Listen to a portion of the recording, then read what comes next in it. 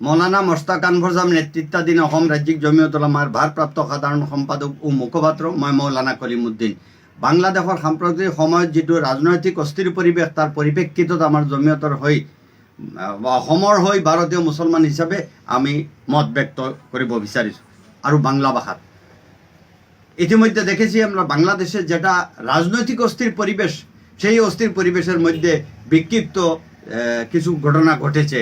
সামাজিক মাধ্যমে আমাদের দৃষ্টিগোচর হয়েছে।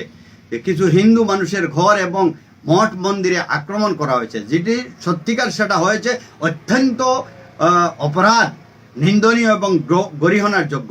অপরদিকে আমরা দেখেছি মুসলমানরা অনেক হিন্দু মানুষের ঘর মঠ মন্দির পাহারা দিচ্ছে, সেটা অভিনন্দনের বিষয়।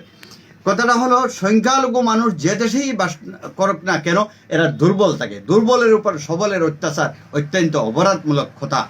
আর বাংলাদেশের মানুষ যেহেতুকে সংখ্যাগরিষ্ঠ একটি মুসলমান সংখ্যাগরিষ্ঠ একটি দেশ, সেখানে যদি সংখ্যালঘু হিন্দু মানুষের উপর অত্যাচার হয়, তাহলে এটা কোরআন হাদিস যেমন বিরোধী, তেমন মুসলমান, সারা বিশ্বের মুসলমান লজ্জিত হবে।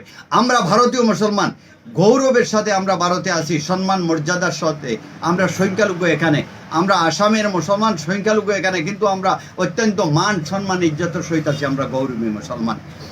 গতিকে আমরা চাই যে শান্তি বিরাজ হোক, কিন্তু কোনো পদ্যেই সংখ্যালঘু মানুষের উপর অত্যাচার হওয়া উচিত নয়, হিন্দু হোক বা মুসলমান হোক।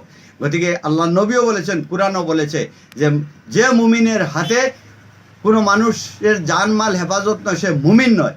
গতিকে আমরা এই কথাটা লক্ষ্য রাখা উচিত।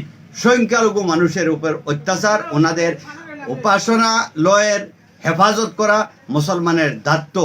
দিকে আমরা ভারতের মুসলমান হিসাবে আহ্বান জানাই যে দেশেরই নাগরিক হোক, সংখ্যালঘু যারা আছেন, হিন্দু হোক মুসলমান হোক, এরা সুরক্ষিত থাকতে হয়। এটাই আমাদের আবেদন। জয় হিন্দ, জয়